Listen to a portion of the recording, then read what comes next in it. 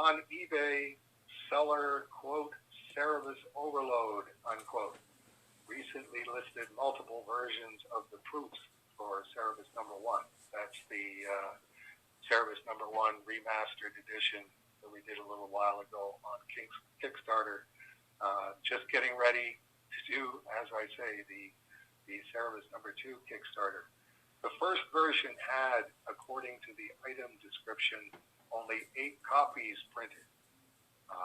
So there's now a new holder for the most rare Cerebus number 1 in existence title. Cerebusoverload has 2 copies of the 8 of this first proof for sale.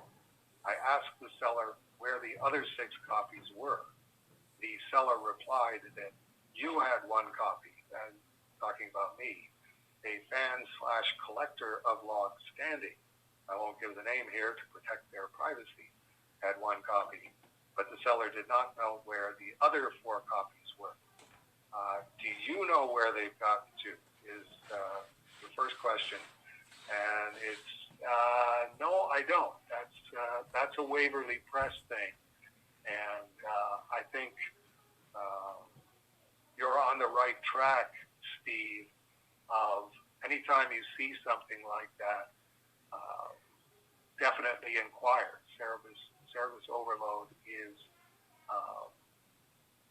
a subset of Waverly Press, and there's a lot of stuff that Dagan does just because, hey, this would be cool. I'd like one of these, or I think I'd like one of these, and I think Dave would like one of these. It would be really nice to just have these in the archive. Others, it's just, might as well keep the press running. You can never have too many of these. I think I've got probably a 5-year supply of the Regency Elf postcard that I did the painting that's part of the High Society Regency edition. It's really nice to have all of the postcards, but it's one of those, Dagan, it's okay. You know, you're doing more postcards all the time.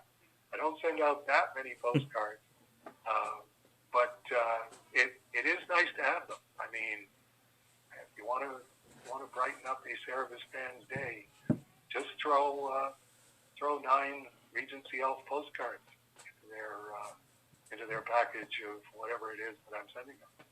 I have a Cerebus number 1 proof, but I don't know if it's one of the 8. It might be. I thought it was the next round. I think it was numbered 1 of 20. I think. Okay. I would literally have to go and find it and dig it out and look and double check what it says. So I may have one, but I don't think so. If you can do me a favor and all of us a favor, I think when you can get to that and actually do that, it would be worth scanning or taking a photo of it and putting it on a moment of Cerebus and directing the question to Dagan, is this one of those? Okay. Because we're really getting into an esoteric area of, you know, the rarest Cerebus items, which is a very logical stage to get to. It's when the size of the audience is getting progressively smaller and smaller and smaller. But at the same time, I think we're all pretty confident that Cerebus isn't going away. It's just being marginalized and deplatformed and shunned and all the rest of the stuff that high school girls cliques do. But it does mean that for a period of time, however long it is, we have no idea how long it is, we're going to be going in the other direction, where if you're one of the people that is still sticking around, we're going to have some really, really, really rare Cerebus stuff for you to buy. It's going to be expensive relative to what I've done with Cerebus up to now, which is I want the best trade paperbacks that I can do, but I want them to the least expensive trade paperbacks that I can do. And I don't really want to flood the market with more stuff for people to buy. Well, we're not really flooding the market, but things like the Spontan Halloween edition, the numbered edition of that, there's only 54 of those, and there's only ever going to be 54 of those. So that does become not necessarily a problem, but something that you have to focus on. And I would definitely say the people who are in the category of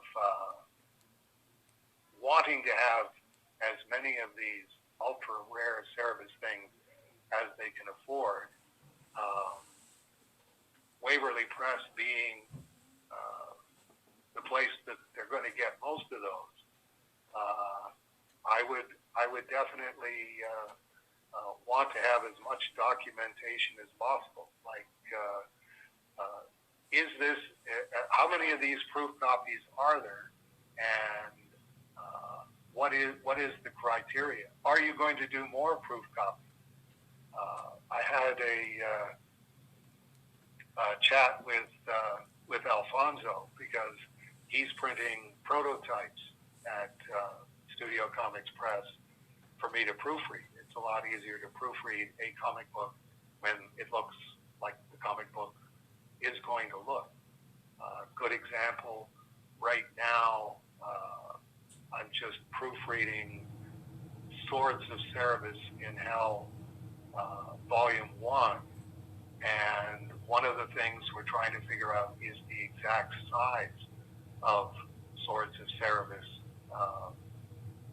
volumes that'll be coming out monthly, starting very shortly. And it's like, got two different sizes of it printed, and one of them is a little bit larger than the other. Both of them fit in a Golden Age comic bag. One of them not quite snugly enough, the other one a little too snugly. So we're having to find the Goldilocks spot on that one. And though, as I say, those are proof copies. So I've gotten Alfonso to do a Studio Comics Press sticker, an unremovable sticker that says printer's proof. And any proof copy that he sends over here for me to proof, stick one of those on the back of it, sign it, Alfonso Espinos, and write the date in the blank at the bottom. It's got a space for the date on it. And the idea is, okay, when I say a proof copy of Swords of Cerebus in Hell, I think there's 3 of them now. There was the first one that was comic book size, and the book was disappearing into the spine. It was very difficult to read. So it was, okay, what are we going to do about this? Well, we're going to print on larger paper. How much larger paper? Well, large enough that it has to fit comfortably in a comic bag. Always driven me crazy. Swords of Cerebus, you can't find a comic book bag to put that in. It's swimming in a magazine bag. It's swimming in a Golden Age bag. It's too large for a Silver Age bag. I really wish the bags had been a bigger issue when I started doing it, so that I would have adjusted the size on the original Swords of Cerebus. But as I say, I know specifically how many printers' proofs there are of Swords of Cerebus in Hell. There's 3 of them right now, and there's one prototype each for Volume 2 and Volume 3. And I had coffee with Alfonso and said, how many of these do you print for yourself? And it's like, well, I don't print any for myself. And I said, well, okay, that's good. But if you do end up, you have to reprint a volume or whatever, because something went wrong with the printing process, please put a sticker on the back of it so that we know, okay, this is a printer's proof. This isn't a pirated copy or a counterfeited copy. So, not really coming from the comic book field, I think Dagan can be a little philosophical about this. Like, well, what the heck? We can always sell them on eBay. Well, we can always sell them on eBay, but if you say there's only 20 of them, there better only be 20 of them. You better not have 10 more of this kind show up and 8 more of that kind show up. So that's as far as I'm going on that one. I don't want to get myself into trouble here. Okay. Yeah, actually, Steve then, hey again, Matt. So a correction on my question. The publisher also has 1 copy of the proof number 1, which leaves 3 out in the wild. And does Dave know who has them? No. Again, that's Waverly Press, and definitely the Cerebusoverload has become a definite, I wouldn't say a cash cow for Aardvark Anaheim, but it is a pretty solid revenue stream of, it brings in probably about as much as the Cerebus downloads does with the digital copy. Which leads into, I'm also curious with the eBay / Cerebus Overload sales, how much of those sales make it back to Dave? And after expenses, Waverly Press and Aardvark Anaheim split it 50-50. How much gets back to Dave is another question. Dave gets paid when there's money in the bank that can be used to pay Dave, basically just to keep him current with his personal Visa card and make sure that he's buying groceries. But Aardvark Anaheim, yes, it's I think sales for this month were somewhere around 1,800 US or something like that, or Aardvark Anaheim's share was. So, yeah, if you're looking for a way to help support this whole thing, buying stuff at Cerebusoverload is definitely, between the time that you spend your hard-earned dollars buying something over there and when Aardvark Anaheim gets its cut, is usually just a matter of a couple of weeks, 3 weeks, which is very, very good in this day and age. Very, very good for Aardvark Anaheim. But yeah, if you're buying something because it's rare, and particularly if you're buying it because you're hoping it'll appreciate in value, definitely ask those hard questions. Well, that's Dagan sent me photos. The High Society notebook, that's part of the Regency edition. He got them back from the printer, and there's 2 different covers, a white cover and a black cover. And he got 250 of each printed, but some of them got damaged in shipping, and the damaged ones just went in the recycling bin because they're that damaged apparently. And so now there's 65 black and 200 white. Okay. And I somebody asked about it on Margaret shared photos because she got copies of the photos too. She shared them on Facebook, and somebody asked how many there were, and I responded because I knew, and they were like, "Oh, great, another variant." It's like some people are not going to be happy. Other people are going to be going, "Give me that, I want it." Right. And at a certain point, it's not your decision making. It's not my decision making. It's like you can throw our hands up if we don't know what to do. Nobody was going to be happy 100%. We're trying to make the 35% of people that can be happy, and everybody else will have to be sort of happy. Yes, or sort of unhappy, or really unhappy. But as I pointed out to Stephen, the obsessive Spawn collector, if you really want to get into unhappy and unfair and I have to be able to get everything that Spawn is on, there is nothing preventing me from doing my own Spawn cover of some kind and doing one of those and auctioning that on eBay. So let's all get a grip here that, you know, I'm confident that I'm not manipulating the market or trying to create absolute rarities. I am trying to strike a happy balance, and Dagan's trying to strike a happy balance. I mean, he gets a lot of stuff in where, okay, he's approved the proof, and now he wants a bunch of copies, and he gets a bunch of copies in, and they're wrong. Well, okay, now he's in the hot seat of do you recycle those? Do you throw them away? I mean, it's very tough for me getting in.